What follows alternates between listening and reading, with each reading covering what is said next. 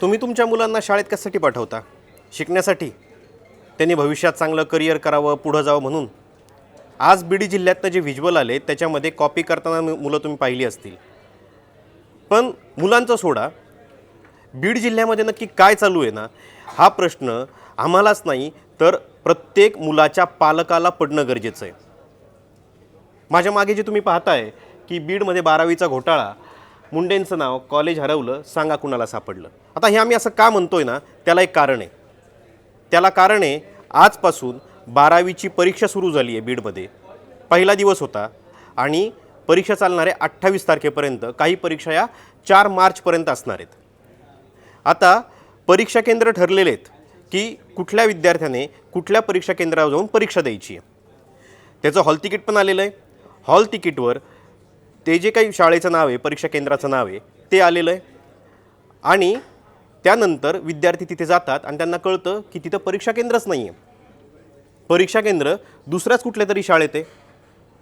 ते दुसऱ्या शाळेत जातात, तिथं परीक्षेला बसतात आणि 12वीची परीक्षा शाळेत होते आणि शाळेतल्या विद्यार्थ्यांना 1 महिन्याची सुट्टी देऊन टाकली जाते. कुणाच्या भरोश्यावर? माहीत नाही. ज्यावेळेस शिक्षण अधिकाऱ्यांना हे विचारलं जातं ते म्हणतात आम्हाला माहितीच नाही आहे काय.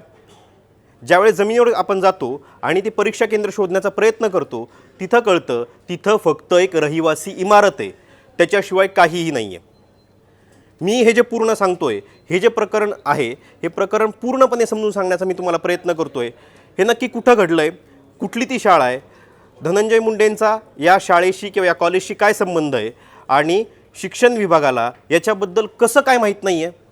12वीच्या परीक्षेचा पहिला दिवस आज आहे आणि त्याच्यानंतर हे सगळं घडतं आहे. तर काय घडलं आहे ते मी तुम्हाला सांगतोय. तर 12वीची परीक्षा कधी आहे ते पहा. 12वीची परीक्षा 10 फेब्रुवारी ते 18 फेब्रुवारी दरम्यान. काही विषयांच्या ज्या परीक्षा आहेत त्या 4 मार्चपर्यंत असणार आहेत. जे शिक्षण विभाग आहे त्यांनी यावर्षी अभियान राबवलं आहे, भयमुक्त आणि कॉपीमुक्त परीक्षा अभियान. हे शिक्षण विभागाचा नारा आहे, याला जिल्हा प्रशासनसुद्धा सपोर्ट करतं आहे. आता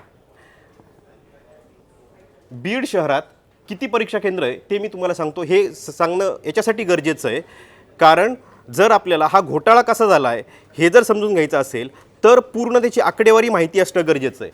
तर बीड शहरात एकूण 12 परीक्षा केंद्र आहेत. हे 12 परीक्षा केंद्र बीड शहरात आहेत.